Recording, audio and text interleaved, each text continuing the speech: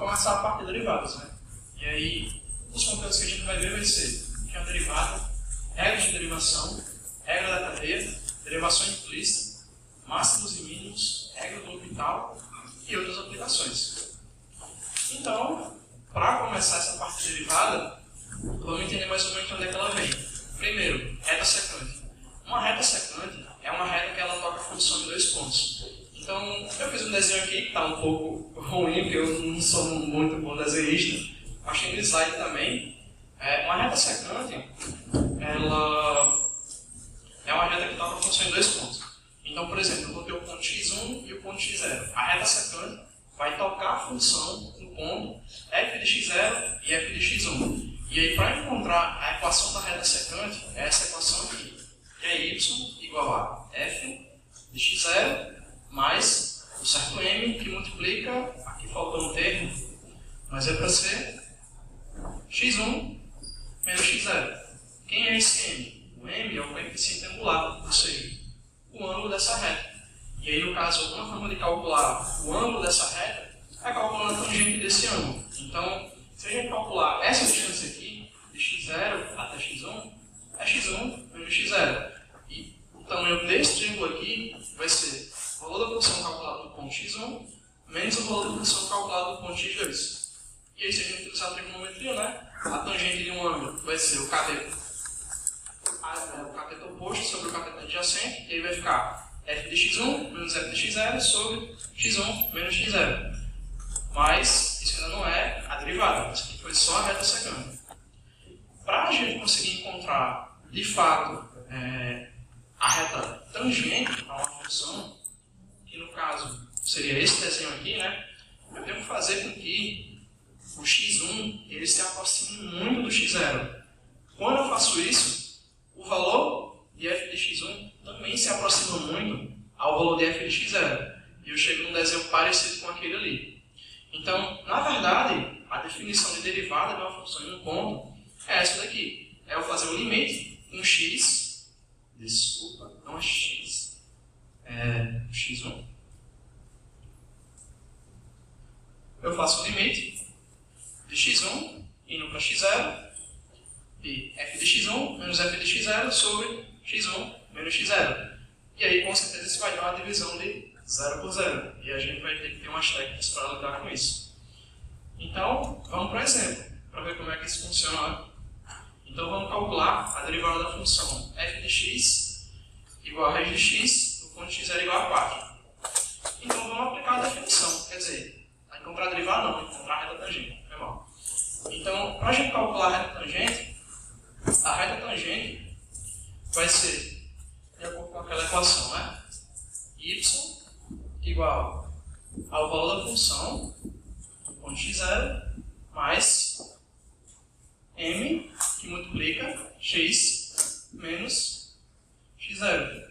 E aqui eu só fiz uma mudançazinha, porque ali está f de x1 menos f de x0. Mas quando a gente for derivar, a gente calcula f de x menos f de x0. Então, o primeiro passo é calcular o valor da função do ponto x0. Então, o valor da função é raiz de x. Então, se eu for fazer f de x0, eu vou fazer f de 4. E aí, fazendo f de 4, vai ser raiz de 4. Raiz de 4 é 2. Agora vamos calcular m, que é o coeficiente angular da reta tangente. O coeficiente angular da reta tangente, eu vou fazer o limite com x indo para x0, que é 4, de f de x menos f de 4, tem como ir apagando o quadro aí, tá? F de x menos f de 4 sobre x menos x0, que é o 4. Acho que vai dar para escrever aqui embaixo. Então, se eu for fazer m, vai ser igual ao limite com x indo para x indo para 4 de f de x, que vai ser raiz de x menos raiz de 4 sobre x menos 4. tentar substituir aqui, vai dar raiz de 4 menos raiz de 4 sobre 4 menos 4. Isso aqui dá 0 sobre 0, né? E aí? Como a gente está trabalhando com limite, a gente pode fazer algumas operações. Então vamos tentar fazer essa conta de novo.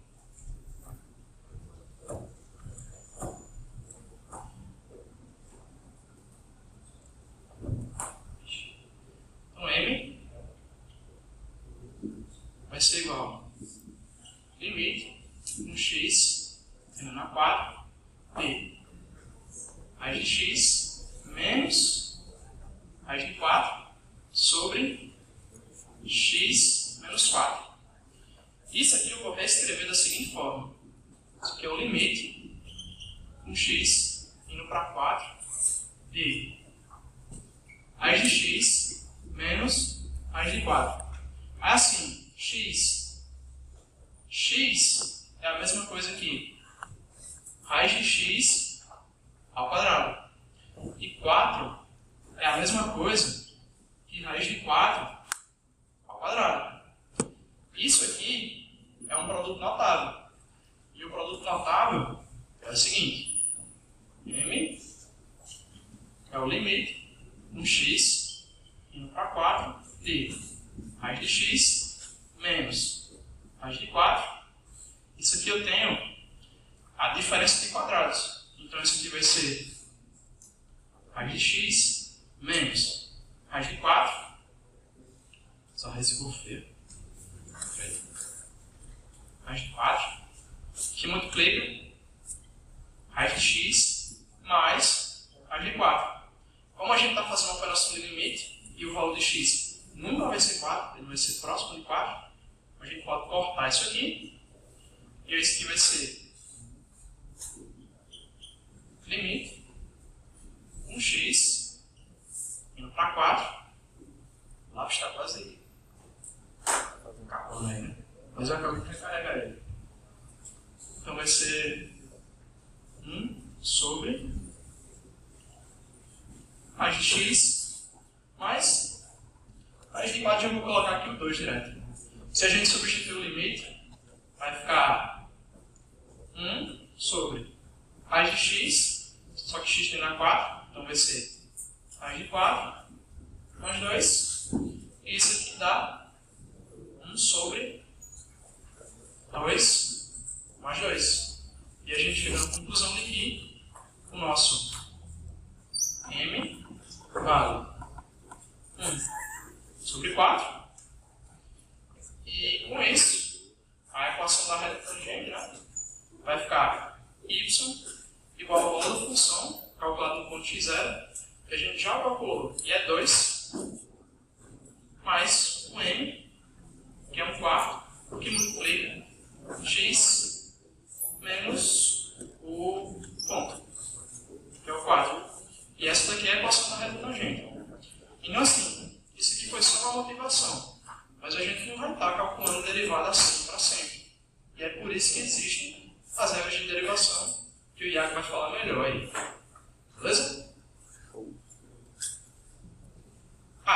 Antes de começar, isso aqui eu derivei a função para qualquer ponto, mas normalmente a gente deriva a função para todos os pontos. E a definição rigorosa de como faz isso está ali. Mas como eu havia explicado, a gente não vai estar calculando o limite daquela forma. Todos os limites e regras surgem daquela definição ali. Opa, boa tarde. Como o Pedro falou, na prática a gente não vai usar todo esse conceito de limite para colocar na derivada. Porque no final das contas a gente vai usar a derivada como um aliado e não como um problema. Na prática, a gente já tem todas as derivadas tabeladas, que a gente deve seguir algumas regras. Algumas aí, as principais estão aí no slide, como por exemplo, a derivada de além de x vai ser 1 sobre x, a derivada de uma constante vai ser sempre igual a zero, a derivada de óleo na x é óleo na x, e acho que o ponto mais importante, que mais vai ser usado, vai ser a derivada de seno e cosseno, que isso aí tem que estar tatuado na mente de qualquer um. Que a derivada de seno vai ser do cosseno e a derivada do cosseno vai ser pelo seno. Com essas duas e com as regras que vai ser falado daqui a pouco, dá para fazer todas as derivadas possíveis. Porque derivada você vai trabalhar de pedacinho em pedacinho. Daqui a pouco vai ficar melhor de ver. Tá certo? As principais regras de derivada são essas quatro. As duas primeiras é trivial, basicamente, quando eu tiver uma constante multiplicando a função, eu posso colocar a constante para fora e fazer a derivada da função. A outra é, se eu tenho duas funções se somando, eu posso separar elas e somar cada uma delas. É meio trivial. Porém, essas duas últimas, que é a regra do produto e a regra do quociente, são que, no meu ver, tem que se dar mais enfoque. Primeiro porque, em alguns casos, é fácil de se ver, principalmente no quociente, vai ter uma divisão, então é fácil de ver. Mas a regra do produto, às vezes, está meio camuflada, como prestar atenção em fazer. Mas na prática, como é elas? Bem, você vai... A regra do produto, a gente vai pegar a derivada do primeiro termo, multiplicar pelo segundo, somar com a derivada do segundo termo vezes o primeiro termo. E a do quociente muda, que vai aparecer um segundo termo abaixo ao quadrado, e não vai ser soma, vai ser subtração. Aqui, a gente vai ter um exemplo que dá para ver melhor tudo isso. Inicialmente, vendo esse exemplo aí, o que é óbvio é que se trata de uma... A gente vai ter que aplicar a regra do quociente. A gente tem secante de t sobre t e na t mais tangente de t. Bem, a primeira coisa que fica bem óbvio, como eu falei, que como se trata de uma divisão, é mais fácil de bater o olho e notar que a gente vai aplicar a regra do quociente. Porém, no caso onde ele tem t na t, aqui às vezes é difícil de visualizar que se trata da regra do produto. Portanto, é sempre bom prestar atenção. Como diz o enunciado da regra do quociente, a gente vai pegar o primeiro termo, a derivada do primeiro termo. Para quem é formalizado, a derivada eu vou simbolizar com o traço em cima, vezes o segundo termo.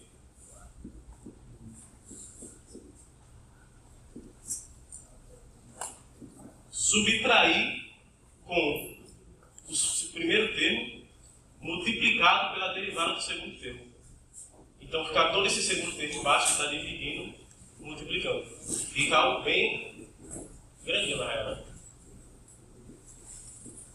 Tudo isso aqui sendo derivado e dividido pelo segundo termo ao quadrado, ou seja, fica t e na t mais tangente de t, tudo isso ao quadrado. Bem, parece uma bagunça, porque tem muita letra, muita coisa, muitas funções, mas na prática é só fazer de pedacinho em pedacinho que dá certo. Ou é para dar sempre. Vamos lá. A derivada de secante a gente pode fazer na mão, considerando que secante é 1 sobre cosseno, ou a gente pode usar a tabela. A derivada de secante vai ser secante tangente. Para facilitar, vou botar aqui secante tangente de t. Repete o segundo termo, que não vai, a gente só derivou o primeiro. Bota aqui o segundo termo. E isso tudo aqui vai ficar secante multiplicado por todo esse termo aqui. Como aqui não está a regra do produto, vai ter basicamente a aplicação de duas regras, que vai ser a regra do produto e a regra da soma, eu vou fazer ali no outro quadro para destacar melhor essa parte aqui. Ou seja, a gente tem, vai ser a derivada de t e na t mais a tangente de t. Isso daqui eu posso fazer o quê? Eu posso dividir em duas derivadas. Eu posso fazer a derivada de t e na t mais a derivada de tangente de t. Quando eu faço isso, eu consigo visualizar que aqui é melhor na minha visão. Eu acho mais fácil visualizar que aqui se trata da regra do produto e aqui é uma derivada simples de uma função qualquer, no caso, a função tangente. Então, aplicando a regra do produto aqui no primeiro termo, a gente vai ter o quê? A gente vai ter a derivada do primeiro termo vezes o segundo termo mais o primeiro termo multiplicado pela derivada do segundo termo. A derivada aqui, derivada de t em função de t vai ser 1.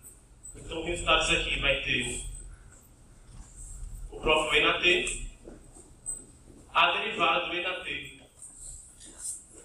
vai ser o próprio NAT, então vai ficar multiplicando. Só se repetiu aqui o segundo termo, basicamente.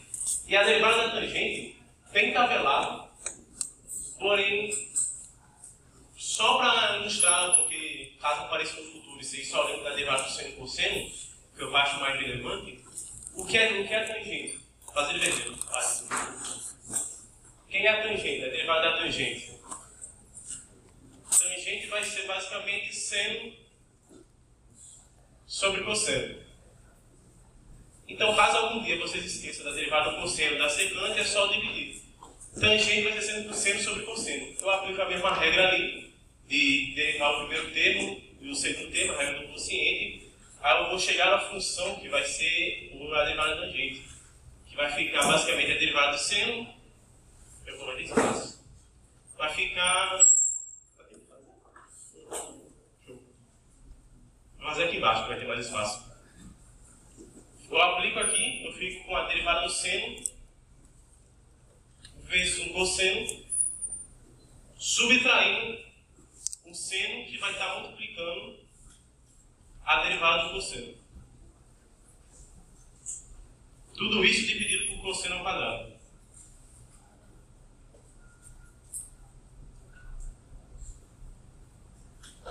Bem, aqui quem vai ser a derivada do seno vai ser o cosseno. Essa aqui é a parte importante. Fica cosseno ao quadrado, dt. A derivada do cosseno vai ser menos seno, então aqui vai ficar menos seno ao quadrado, dt, dividido por cosseno de t ao quadrado. O meio derivado soma aqui. Lembrando do teorema fundamental, que a gente tem que sempre ter na cabeça, seno ao quadrado mais cosseno ao quadrado vai ser 1. Então isso aqui vai ficar... Não calculei meu espaço. Isso aqui vai ficar 1. Cadê para mim? Cosseno ao quadrado mais seno ao quadrado vai ser 1. E a gente vai ter então 1 sobre cosseno ao quadrado. E quem é 1 sobre cosseno ao quadrado? Vai ser secante ao quadrado. Que dá para utilizar essa mesma lógica para depois, caso vocês queiram fazer, resolver a integral da secante. Ali eu botei direto, mas caso vocês queiram fazer, utilizando essa mesma lógica, já que agora vocês sabem que é secante, dá para aplicar aqui e chegar na resposta ali. Então a gente já tem as duas derivadas que a gente vai substituir ali, que eu também não calculei alguns espaço. E substituindo aqui vai ficar um termo gigante, vai ficar o que está em preto ali, o NAT mais d elevado a NAT, mais 1 sobre secante ao quadrado. Que vai ser... fica um pouquinho quebrado aqui, mas...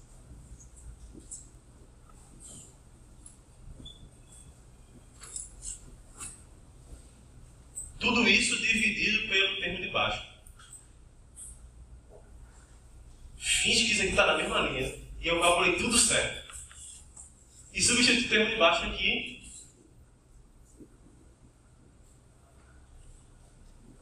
Pronto. Na teoria é isso. Ah, mas daria para simplificar? Talvez. Mas isso aqui já é a resposta. Que está quase a mesma coisa de cima, só que ali em cima está um pouquinho mais organizado. Pouca coisa.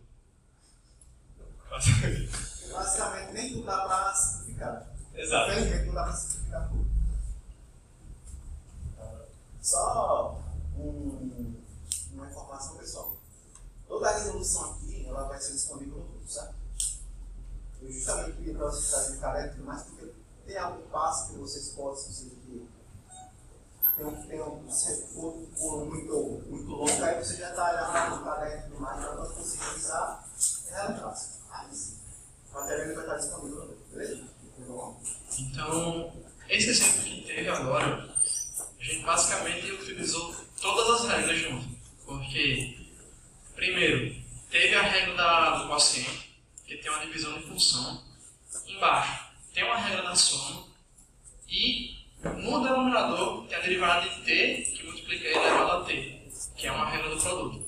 Só que uma coisa que é muito comum de aparecer, e vocês vão ver principalmente no cálculo 2, quando vocês estiverem estudando campos vetoriais uniparamétricos, ou então funções vetoriais, vocês vão ver muito composição de funções. E claro, vocês vão ter que derivar muita função composta. E assim,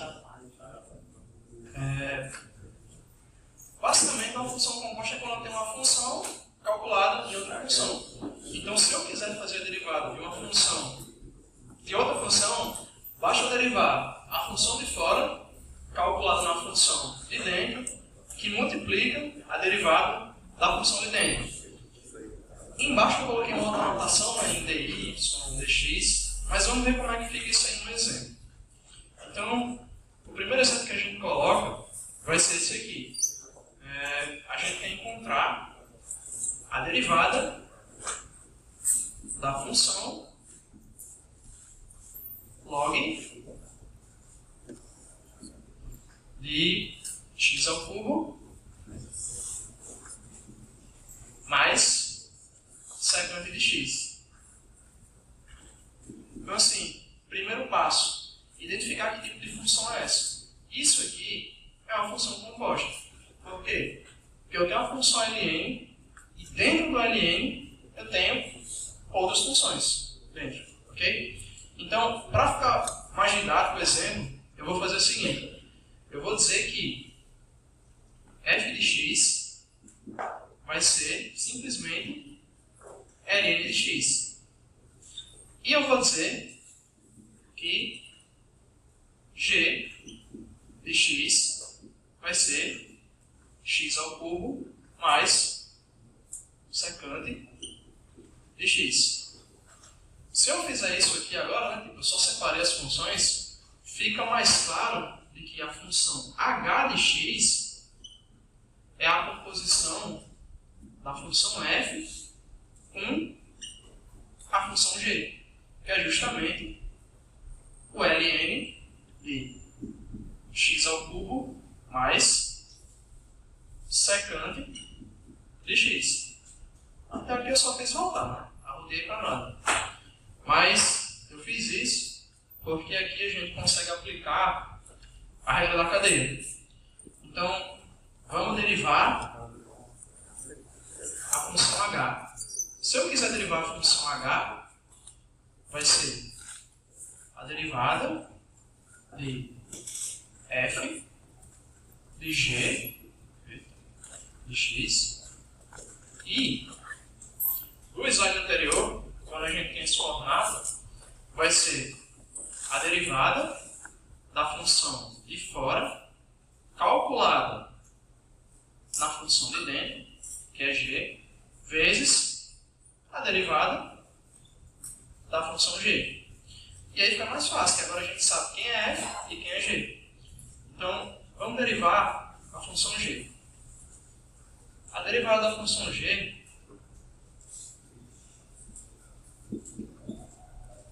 vai ser eu derivar x ao cubo mais secante de x. Aqui eu tenho uma derivada e uma soma de funções. Então, essa derivada aqui vai ser a derivada dessa mais a derivada dessa. Então, derivando essa função aqui, a gente usa aquela regra do peteleco, né? Tem que dar um peteleco com 3, ele cai.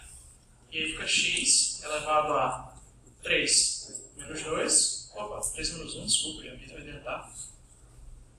Mais a derivada da secante, que é secante de x tangente de x. E aí a derivada da função g vai ser 3x² mais secante de x tangente de x. Então a gente encontrou a derivada de g. Só que a gente tem que calcular a derivada de f para depois a gente colocar a função g lá dentro. Então funcionaria da seguinte forma. A função f de x, eu separei ali, ó. F de x é o ln de x. Então se eu quiser derivar essa função, eu vou derivar a função ln. daquela tabela de derivação que temos nos slides anteriores, a derivada do ln é simplesmente 1 sobre o x. Só que a gente não está calculando a derivada de f de x. A gente está calculando a derivada da função f calculada no g. Então, assim, se a gente tem que f de x é ln de x, então f de g de x vai ser ln de g de x. De forma análoga, se f' de x é 1 sobre x, f' de g de x vai ser 1 sobre o g de x. Se aqui tem x, aqui tem x, se aqui tem g, aqui tem g. E a função g vai ser 1 sobre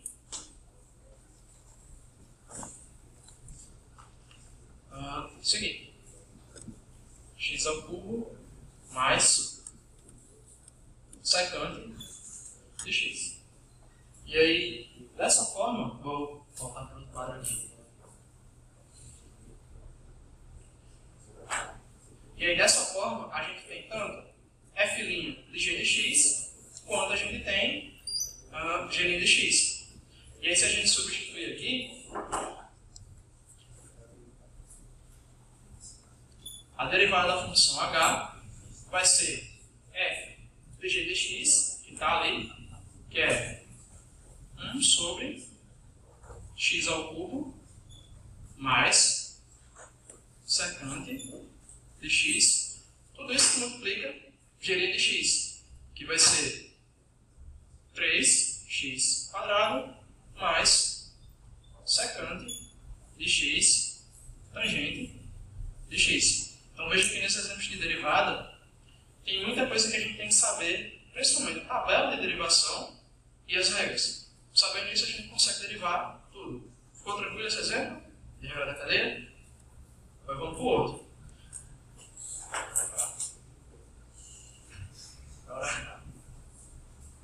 O outro exemplo.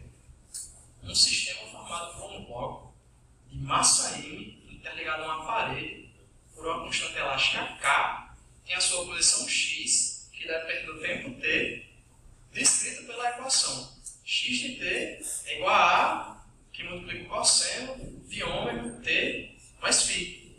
A, ômega e φ são números reais. Determina a velocidade do bloco em função do tempo, ou seja, a equação de v de t. E aí? Aqui é o seguinte.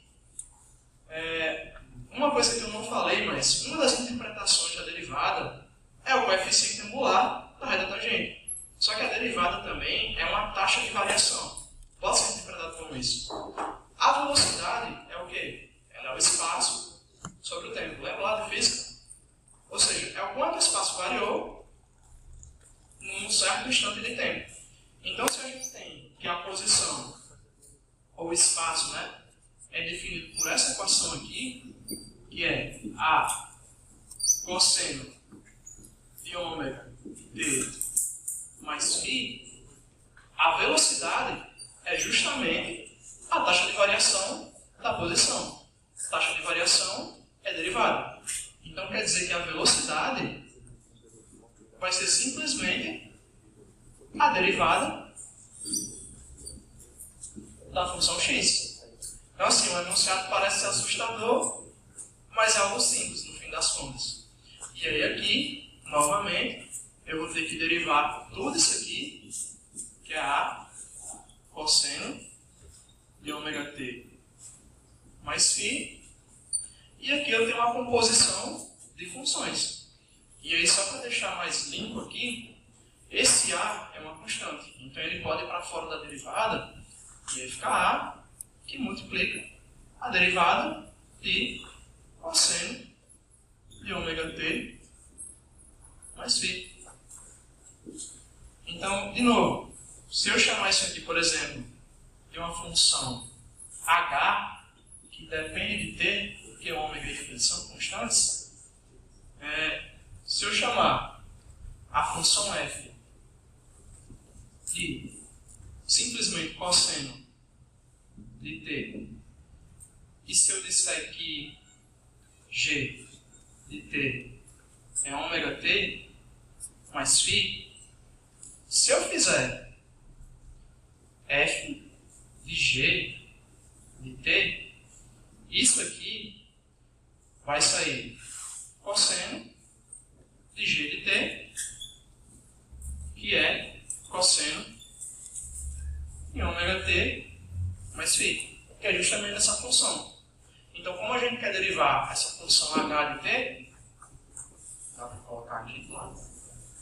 Então, se eu for derivar essa função h de t, vai ser a derivada de f de g de t, e pela regra da cadeia vai ser f' de g de t, que multiplica g' de t. Então vamos começar a calcular a derivada da função g. A derivada da função g vai ser simplesmente eu derivar em relação a t a função ômega t mais φ. Aí isso aqui eu tenho uma soma de derivadas, né? Então vai ser ômega t' mais φ'. Isso aqui é uma constante que eu tinha dito. Então isso aqui dá zero. Aí isso aqui fica ômega vezes a derivada de t em relação a t. Isso aqui dá ômega.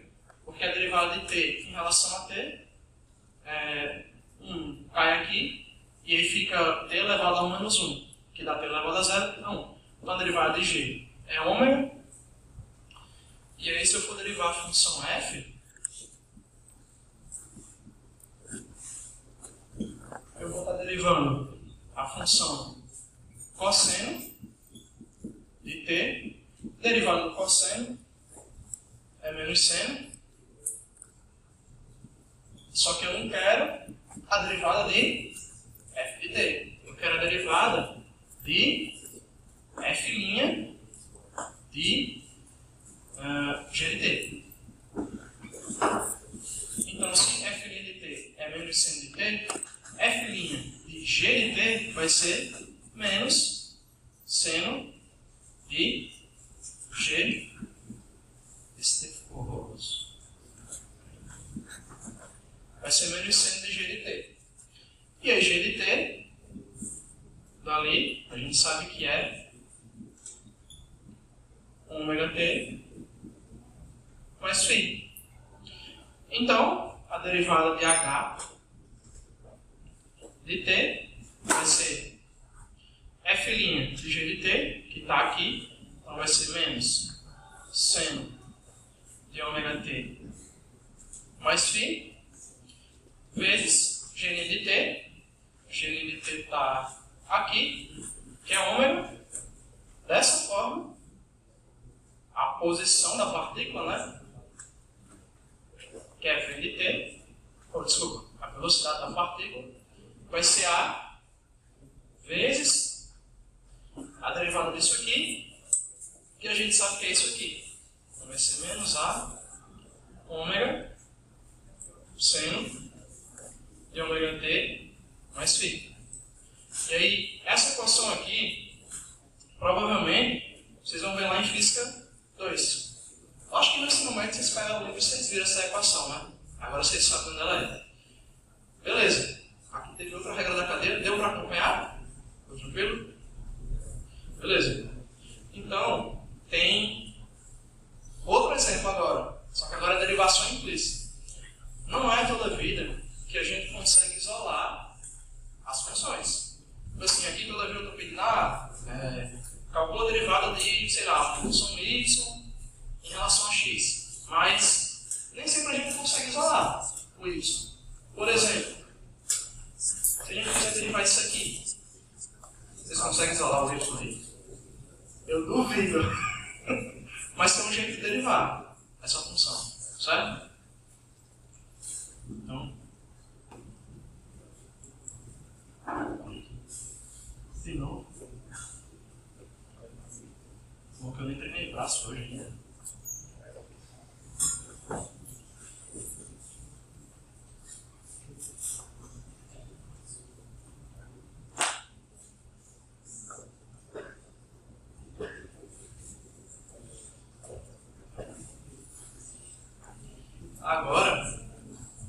vamos encontrar a derivada de y em relação a x dessa equação aí, que é e elevado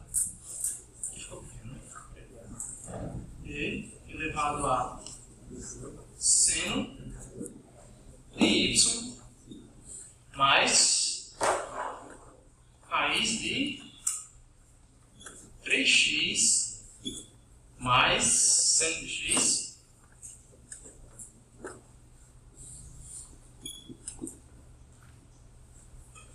tudo isso aqui que multiplica xy. E aí tem uma observação.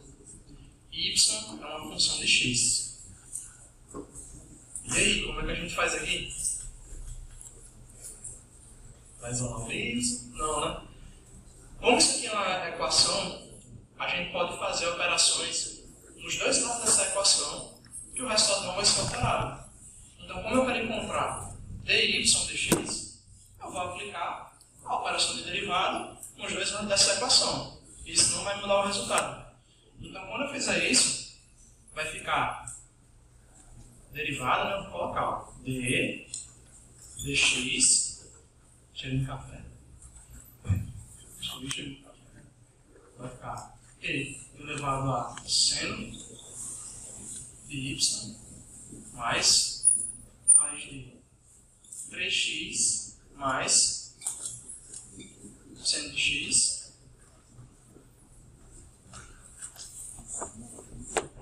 tudo isso que multiplica a derivada de xy.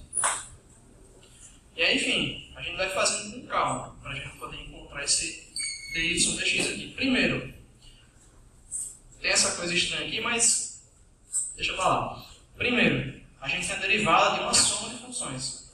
Então a gente vai quebrar essa derivada em derivadas menores. Então isso aqui vai ser d dx de e elevado a seno de y mais a derivada de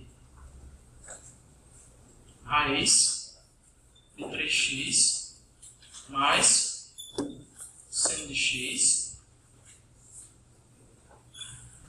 Agora essa derivada aqui. Bom, x é uma função e y é outra função. Y não é uma constante.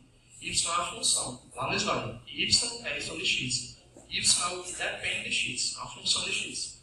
Então aqui eu tenho a regra do produto. Então, como eu tenho a regra do produto, vai ficar a derivada da primeira função vezes a segunda função mais primeira função vezes a derivada da segunda função. E agora fica melhor para a gente resolver esse problema, porque isso aqui a gente sabe derivar, isso aqui a gente sabe, isso aqui, o que é que vocês acham que é isso aqui? Eu tenho e elevado a uma função. Isso aqui é uma regra da cadeia. Vocês conseguem enxergar que tem uma regra da cadeia aqui? Eu tenho uma exponenciação de uma função seno. Ou seja, eu tenho e elevado, eu tenho a e elevado a um seno. Então aqui tem uma regra da cadeia, por incrível que pareça. Então, se eu quiser calcular a derivada de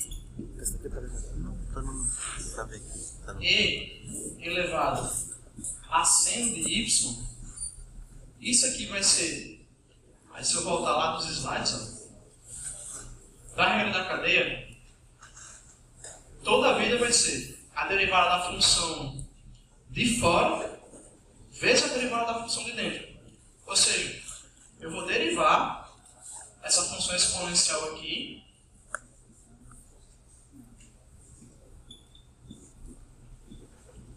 e vou multiplicar pela função de dentro, que é o seno de y. É assim, a derivada de uma função exponencial é a própria função exponencial. Então eu vou repetir isso aqui. Vai ser e elevado a seno de y. E a derivada do seno vai ser cosseno de y. Então a gente já resolveu a primeira derivada. Agora tem a derivada dessa função aqui. Raiz de 3x mais seno de x. Aqui também é uma regra da cadeia. Por quê? Porque na verdade eu estou derivando isso aqui, ó. Isso aqui vai ser 3x mais seno de x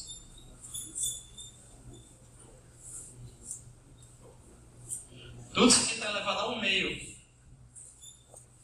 Então, tipo, a função de fora vai ser esse elevar a meio e a função de dentro está aqui. Então, toda vida que tiver derivada de raiz de alguma coisa e essa coisa não for simplesmente x, né? Se der, por exemplo, um 3x, um negócio assim parecido com esse, é uma regra da cadeia. Isso aqui aparece muito no cálculo 2, tá bom? Quando vocês vão calcular, por exemplo, vetor normal, vetor tangente. E aí, calculando essa derivada aqui,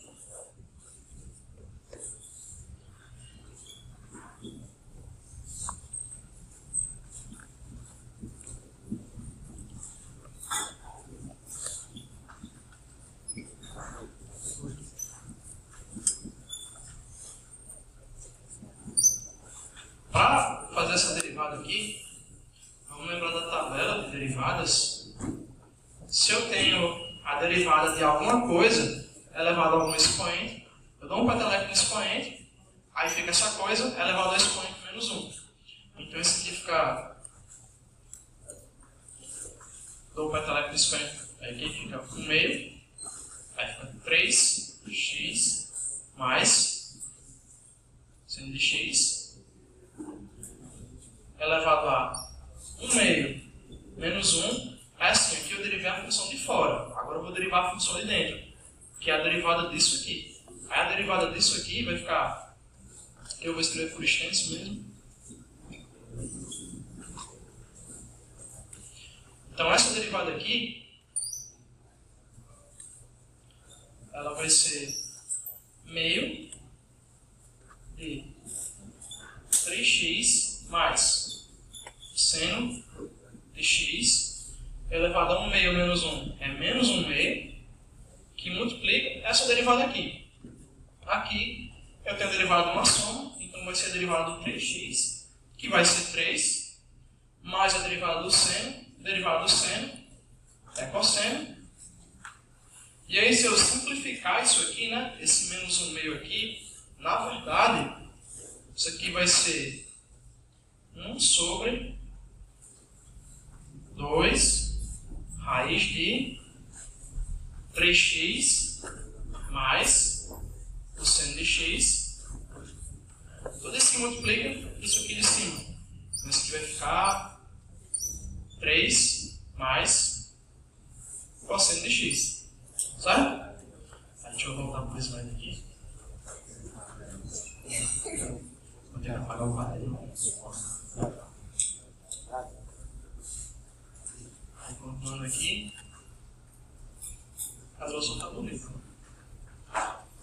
Deixa eu ver aqui.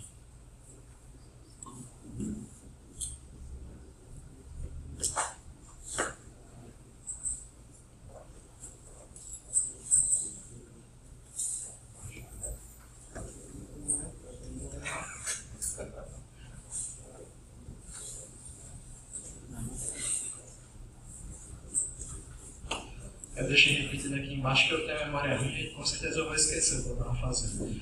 Mas, então vamos substituir as coisas, né? Primeiro, derivada dessa função. E elevado a seno de... tem um detalhe importante que eu acabei esquecendo. Tá aqui, ó. Eu derivei o seno de y. Isso aqui também é uma regra da cadeia. Não esqueça disso aqui. Porque eu estou derivando o seno de y, só que y é uma coisa que depende de x. Então eu estou calculando a derivada do seno de alguma coisa que depende de x. Então, na verdade, aqui, ainda pela regra da cadeia, né, eu derivei a função de fora, que é o seno, mas ainda assim, eu tenho que derivar a função de dentro, que é o y. Foi esse aqui que eu tinha esquecido que estava achando estranho. Mas agora sim. Então, se a gente substituir isso aqui, essa derivada aqui vai ficar, vou colocar no chão, vai ficar e elevado a seno de y, que multiplica o cosseno de y. Será que vai caber? Então já apareceu o dy dx aqui, que a gente estava procurando. Mais essa derivada aqui, essa derivada deu 3 mais cosseno de x sobre 2, que multiplica a raiz de 3, x mais seno de x. Aí tudo isso aqui é igual a... Faltou essas daqui, né? Derivada de x em relação a x é 1, que multiplica y é y mais x. Derivada de y em relação a x. Derivada de y em relação a x, que eu não sei, né? Então vai ser derivada de y em relação a x. Finalmente apareceu dy dx. Basta isolar, certo? Como é que a gente está? Deixa eu ver aqui.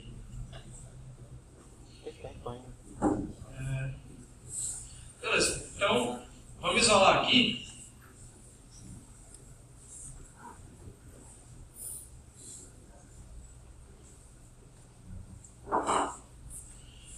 Quando a gente isola, basicamente eu vou passar todos os termos que tem dy dx para um lado da equação e todo mundo que não tem eu coloco para o outro lado.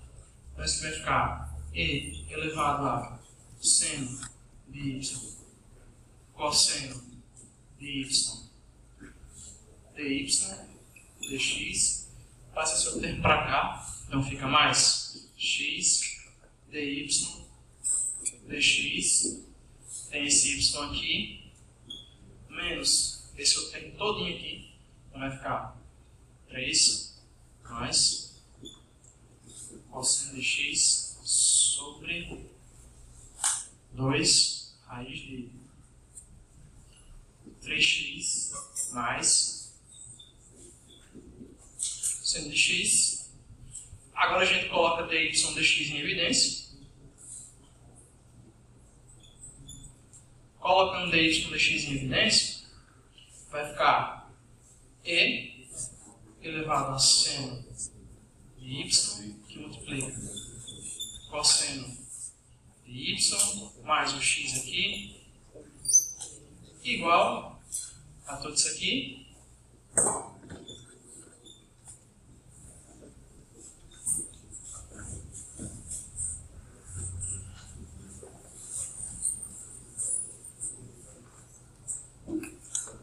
Raiz de 3x mais seno de x. E aí, para eu encontrar dy dx, é só passar isso aqui para o outro lado, dividindo, e aqui resolve esse MMCzinho. Mas enfim, como ele é um pouco trabalhoso, o dy dx é aquele que está lá no slide. Beleza? Mas enfim, se chegar aqui e colocar simplesmente tudo isso aqui, dividido por isso aqui, já é uma resposta aceitável. Então veja que até agora, tudo que a gente fez foi trabalhar em cima das regras de derivação. Só tem um erro de sinal aí, tá? Erro de sinal? É. Porque aqui isso. Aqui em É cima. verdade, é um menos, né? Fala. Obrigado. Então, veja que até agora a gente só fez utilizar as regras. Então, por mais que derivar isso aqui possa parecer trabalhoso, mas utilizando as regras, fica tranquilo. Então, quando vocês estiverem derivando, façam as coisas por partes. Apesar de que existe uma técnica de integração, que é integração por partes, mas aqui vocês fazem por partes também. Beleza? E agora, a gente vai começar com as aplicações de derivadas.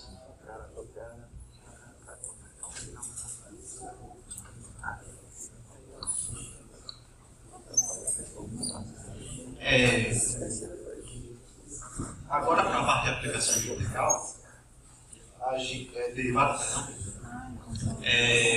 a gente tem uma regra que a gente utiliza muito quando a gente vai resolver um limite, que é quando esse limite ele é indeterminado. Então, existem duas indeterminações para a gente aplicar essa técnica, essa propriedade de derivação, para a gente usar a derivada, que é quando existe a determinação do tipo infinito sobre infinito e zero sobre zero. Só que, além dessas indeterminações, existem outras, como vocês chamam de quadro, né? Que é 1 elevado a infinito, 0 elevado a infinito, infinito elevado a zero, e dentre outras indeterminações, em que, nessas indeterminações, a gente tenta manipular a função para que essa função se torne uma daquelas regiões de cima. 0 sobre 0 ou infinito sobre infinito. Por quê? Porque a partir do momento que a gente tem aquelas duas indeterminações, a gente pode manipular tanto a função de cima quanto a de baixo, como a gente vai ver mesmo agora, em que a gente pode acabar encontrando o valor para aquela função mesmo na estrutura indeterminada. Então a gente vai derivar aquela função, procurar uma função em que ela seja parecida, né, o resultado, e esse limite ele vai dar um resultado, certo?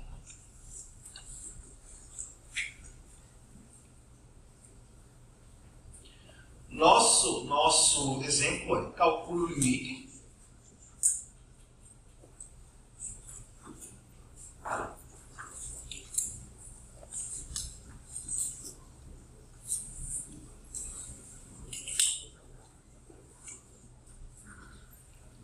quando x tende a infinito de x elevado a 1 sobre x. Certo. Antes de a gente começar essa questão aqui, é importante que a gente saiba a propriedade do logaritmo. Logaritmo exponencial. Porque a gente vai usar aqui. Que é o seguinte. Se eu tenho uma função, se eu tenho, por exemplo, o número e elevado a ln de x, certo? Se eu tenho um número, olha, eu sei que o ln também está na mesma base que olha, o que é que acontece? A gente corta e o x desce, correto? Beleza? Essa é a propriedade do logaritmo exponencial. Então, não se esqueça disso daqui porque a gente vai usar aqui. Beleza? Outra propriedade do logaritmo. Se eu tenho um log de um número elevado a outro, é a mesma coisa que eu fazer o quê? Pegar esse n e trazer para frente, correto?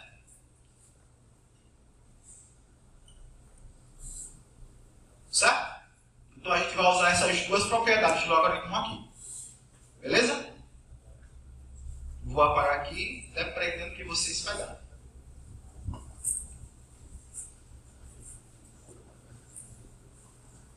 Então agora eu vou fazer essa manipulação aqui.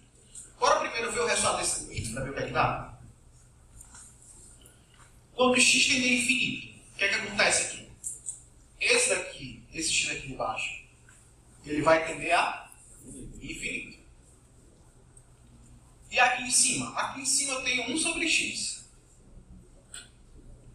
Se o meu x ele tende a infinito, esse número vai tender a quanto? 0. Porque aqui é uma constante, um número que ele não vai mudar.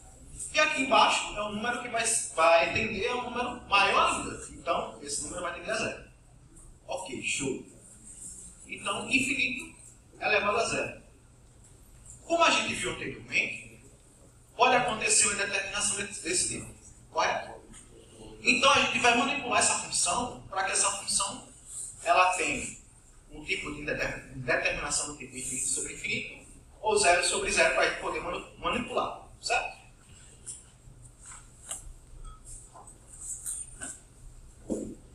Então como é que a gente pode fazer isso?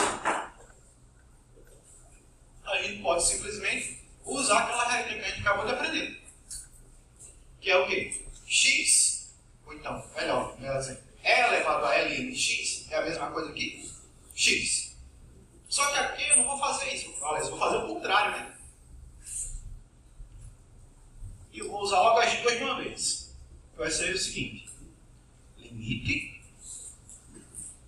quando x tende a infinito, de,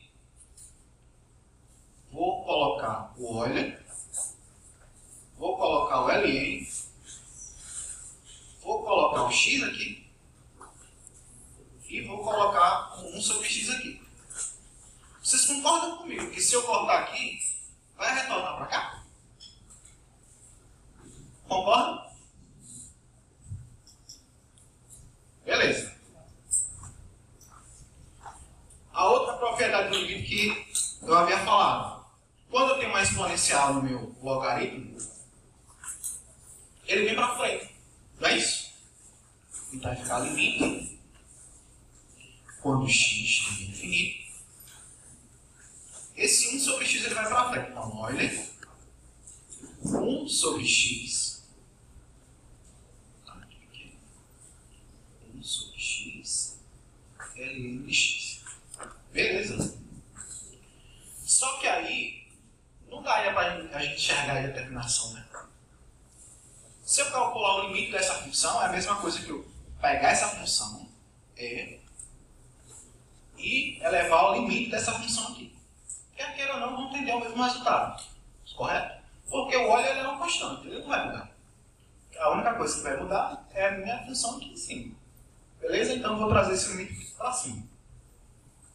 Então vai ficar limite quando x tende a infinito de... perdão. Euler, que eu falei que eu ia trazer o limite para cima, né?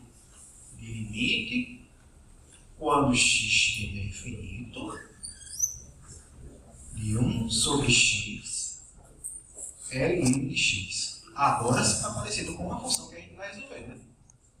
Beleza. Bora esquecer o Euler por enquanto, senão vai atrapalhar a gente, vai atrapalhar a enxergar um pouco do resultado. Bora só trabalhar com essa função aqui de cima, certo? Bora repetir a função de cima. Limite quando x tende a infinito 1 sobre x vezes ln de x sobre x. Certo? Só multipliquei. Ln de x sobre x. Certo. Bora tirar o limite dessa função para ver se tem alguma determinação parecida com aquela, 0 sobre 0 ou então infinito sobre infinito. Se o meu x ele tende a infinito, meu ln de x vai tender a infinito. E o meu x? Também. Então a gente tem uma determinação do tipo infinito sobre infinito. Certo? Então agora a gente vai aplicar derrotar, que é o seguinte. A gente vai aplicar a derivada na função de cima e a derivada na função de baixo. A função de cima a gente chama de f de x e a função de baixo a gente chama de g de x. Certo? Então a gente vai derivar ela separadamente.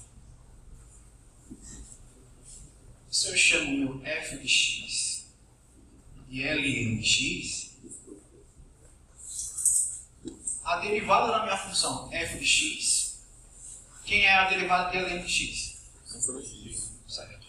Beleza.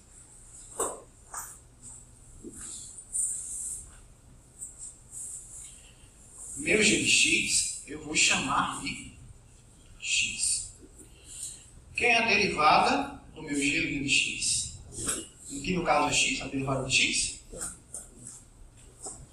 Belezinha. Agora a gente vai substituir essas funções aqui, que no caso seria o quê? Só olhar agora para aqui para esse quadro para ficar melhor. Limite quando x tende a infinito de f de x sobre g de x. Substituindo, limite quando x tende a infinito de meu f de x, que eu calculei, é 1 sobre x.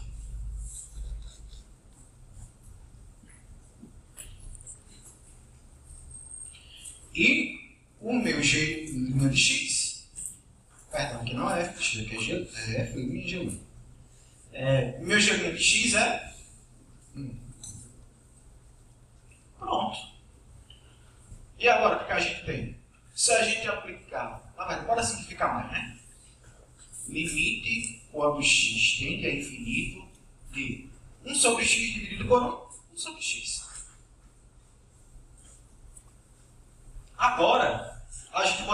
passo o limite. Quando o meu x tende a infinito, essa minha função ela vai para onde? Zero. Beleza. Acabou? Não. A gente tem outra parte. Porque a gente só resolveu essa função isoladamente. Mas só que a gente tem que elevar essa função, tem que pegar o Euler e elevar essa função. Então bora lá. Então meu limite, quando x tende a infinito,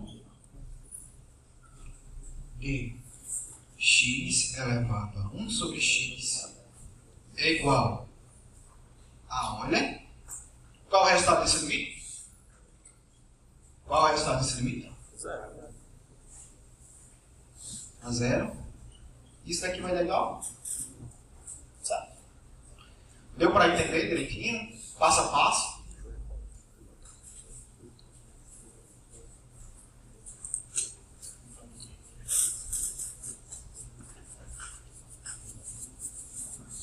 Opa! Bem, o que a gente vai começar agora vai ser a parte de derivadas, onde vai ser estudo de máximos locais. Para que eu vou querer saber disso, quando eu vou usar, só vou estudar porque o MEC mandou?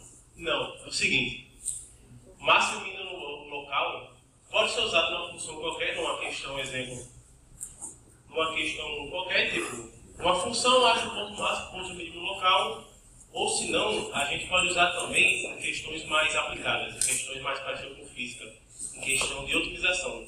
Você tem, sei lá, um recipiente que você quer maximizar o volume dele, você vai aplicar máximos e mínimos locais. Outro exemplo bem legal hoje está muito difundindo essa parte de IA, né, neural, não sei o quê. Não é só explicação, não. É uma matemática bem bruta, digamos assim. E muitos desses algoritmos, às vezes, pedem para você maximizar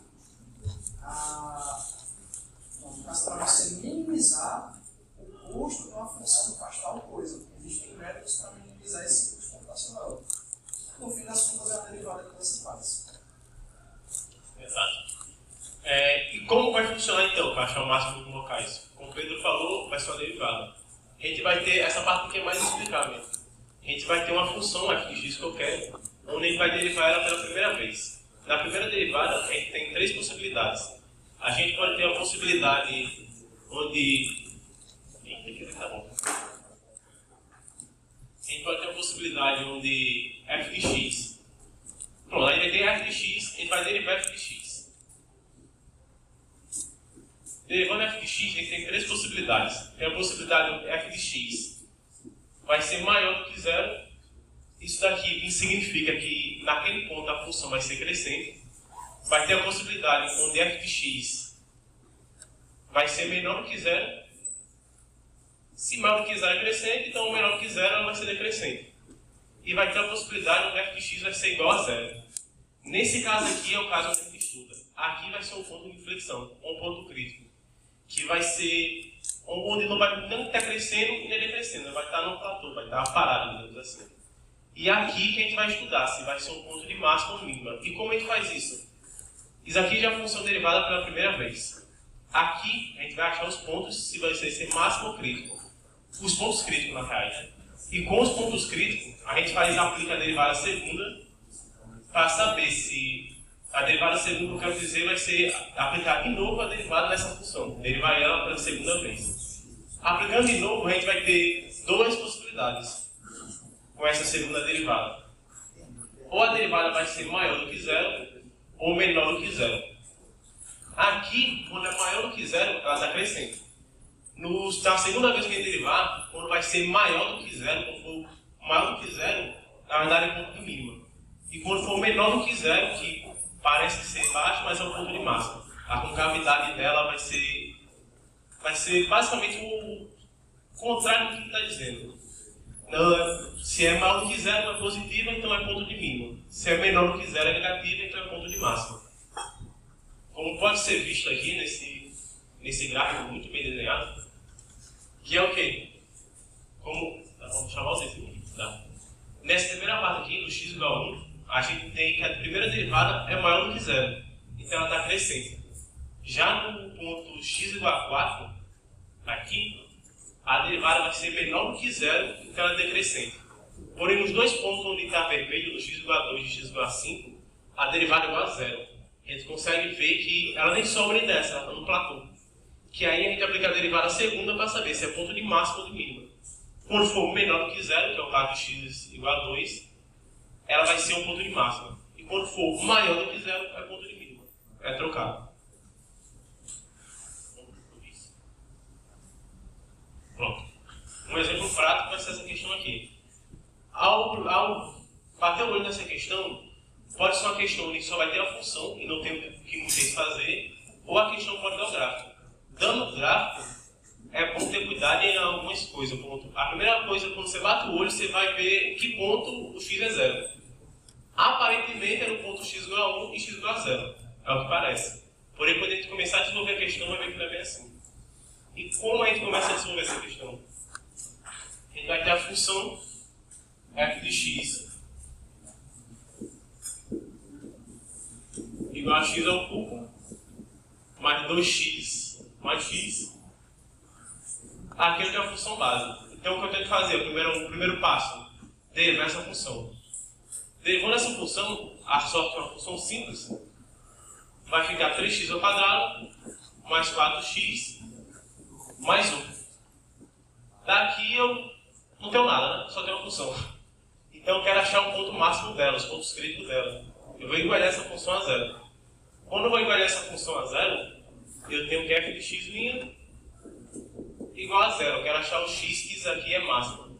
O x crítico nessas funções aqui. Então eu pego 3x ao quadrado mais 4x mais 1 igual a zero.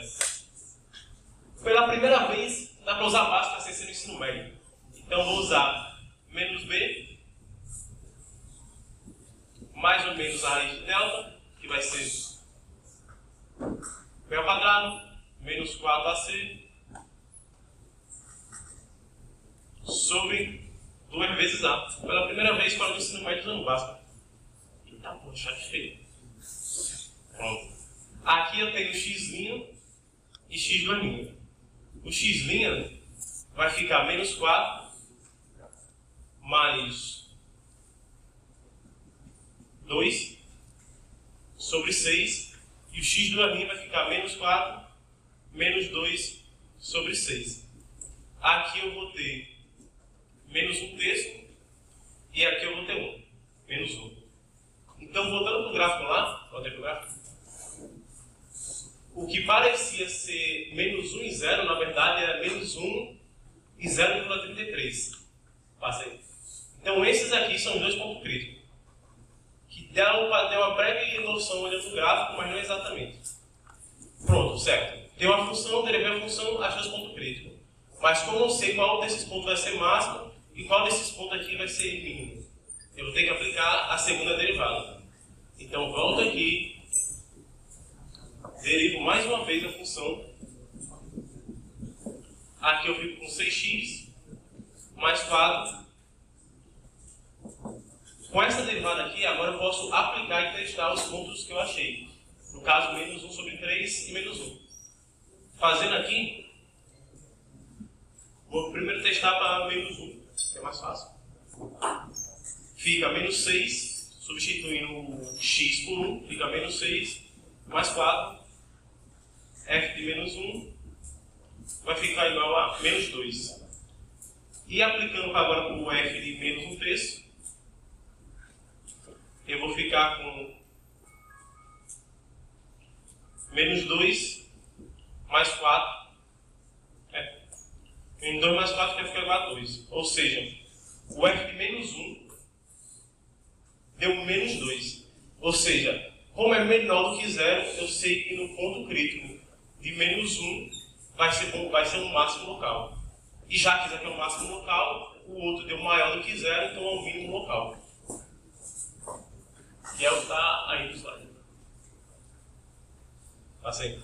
E aí, se vocês quiserem saber qual exatamente é o valor máximo, qual é o valor mínimo, é só você calcular o valor da função normal nesses pontos que vocês encontraram. Beleza? Pronto. Agora o problema mais prático sobre.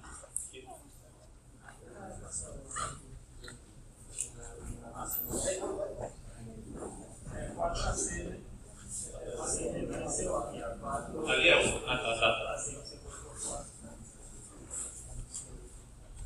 É um bicho. Pronto. Bem, agora o problema mais prático de maximização vai ser a parte de otimização. Como a parte de otimização já foge um pouco ainda é cálculo, porém foge um pouco da parte prática de cálculo, que é só pegar a função, derivar, multiplicar, somar, fazer essas coisas, vai um pouquinho mais para a física. Então tem certos pontos que o livro indica para seguir, que é basicamente ler a função, entender o que a questão está pedindo, desenhar, que é a melhor forma de visualizar, achar a grandeza que você quer maximizar ou minimizar, fazer uma função disso, derivar e ser feliz. Um exemplo daqui, vai ser essa aqui. Então, tem uma lata cilíndrica que vai receber 1 litro de óleo. E ele quer considerar o custo da lata para maximizar isso. O menor custo possível para maximizar o volume dentro da lata. A gente vai ter que extrair algumas informações. Primeiro, a gente já sabe que se trata de uma lata cilíndrica. Ai, que coisa. Então, a gente sabe que vai se tratar de uma lata cilíndrica e a gente sabe também que o volume dentro dela vai ser igual a 1 litro de óleo.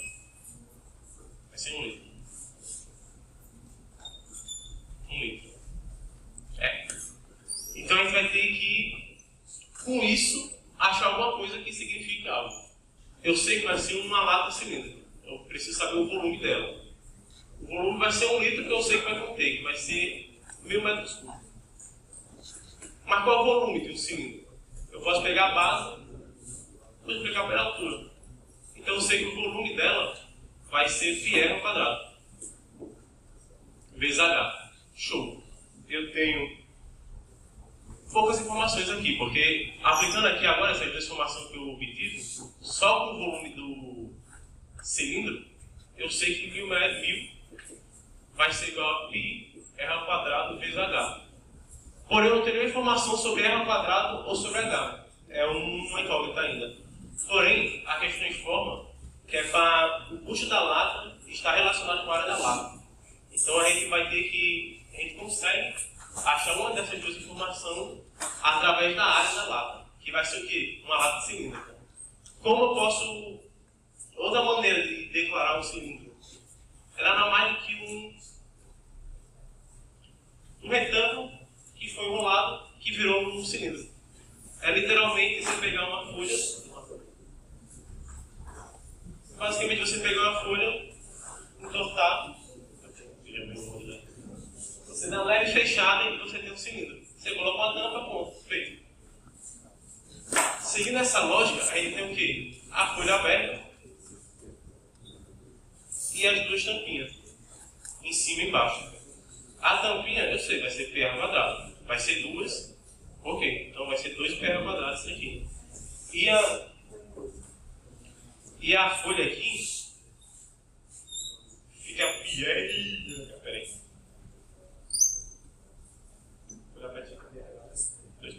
Vai ficar 2πr h.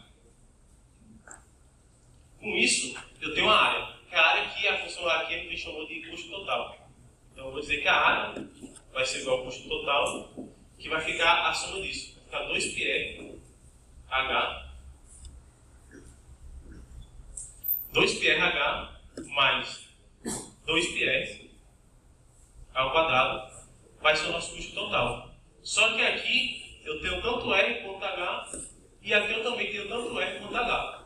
Para facilitar a minha vida, eu vou isolar o h aqui e substituir na função do custo total.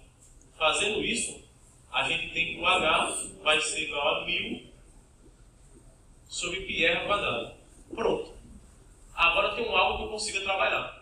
Que eu vou pegar o h que eu isolei pelo volume do cilindro, substituir na função do custo total, que vai ser a maximização da área do cilindro.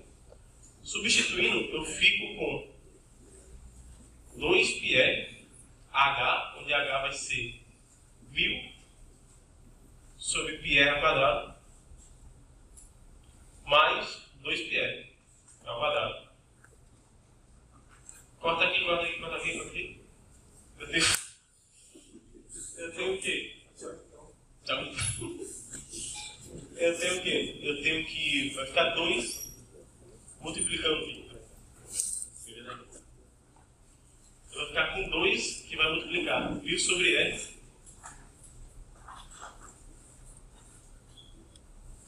mais 2πr ao quadrado. Isso você faz. 2πr ao quadrado. Pronto. Eu já tenho uma função que eu consigo trabalhar e derivar. Eu aplico a derivada dessa função aqui. Aplicando a derivada dessa função aqui, eu vou ter algo que eu não saber se vai ser de máximo ou de mínimo. Eu vou conseguir maximizar. Então, fazendo a derivada do CT em relação ao R, né? Que é a que a gente está trabalhando, a gente vai ficar com 2000 sobre R. Essa é a função que a gente vai derivar. Só que lembrando, aqui eu posso aplicar a derivada direta ou fazer o que a gente fez no início. Trata-se do quociente, eu posso aplicar a regra do quociente ou aplicar direto. Aplicando aqui eu fico com... Se eu for aplicar do quociente, fica 2000. A derivada de 2000 vezes R menos 2000 vezes a derivada de R sobre R ao quadrado mais a derivada do primeiro termo mais a derivada do segundo termo, que vai ser a derivada de 2 πr ao quadrado, a derivada disso aqui. Aplicando isso daqui, a gente tem o quê? A derivada de 2000, isso aqui é 0, vai ficar menos 2000. Esse 2 cai, né? Então vai ficar menos 4000 vezes R sobre R ao quadrado. Eu consigo cortar os R's aqui. Então vai ficar 4000 sobre R mais 4πr ao quadrado. Bem, isso aqui, a gente tem a função de custo total agora já derivada.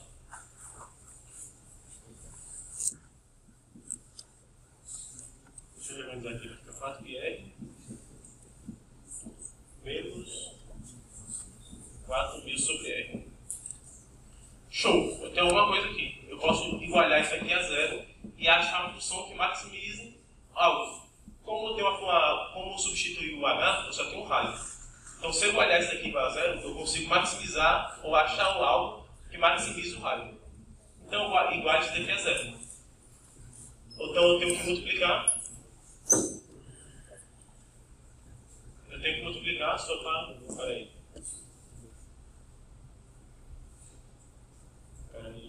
Aqui, se eu não me engano, é o quadrado. Aqui é o quadrado. Aqui tem que pegar o quadrado. Pronto, aqui. Pronto, aqui fica o quadrado. Aí eu pego, tento isolar isso aqui, eu multiplico ambos os lados ao quadrado. Então eu vou ficar com 4πr ao cubo igual, eu vou passar para cá, 4000.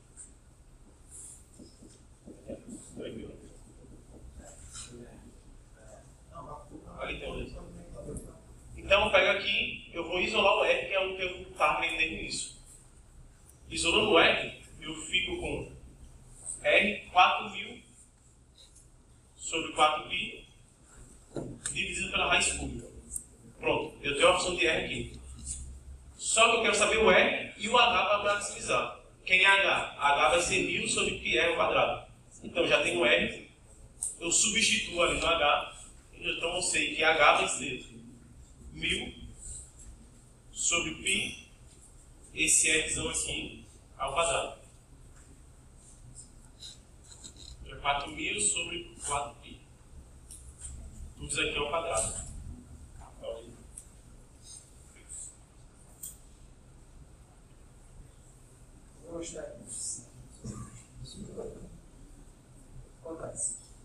É verdade. Aqui, né? Verdade, aqui não é R ao quadrado, aqui é só a derivada do R.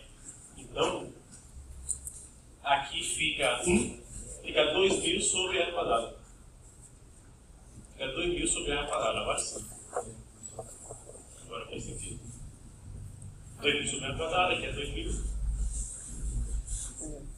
Aqui é 2. Pronto. Isso aqui já botou na calculadora. Nunca fica na calculadora. Você esqueceu. Botando isso aqui na calculadora, eu acho que dá. Pode ir.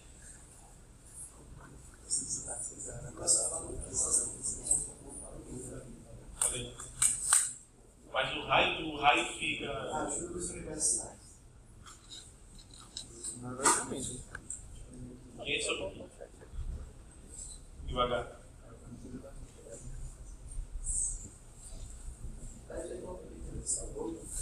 10, 8, 2.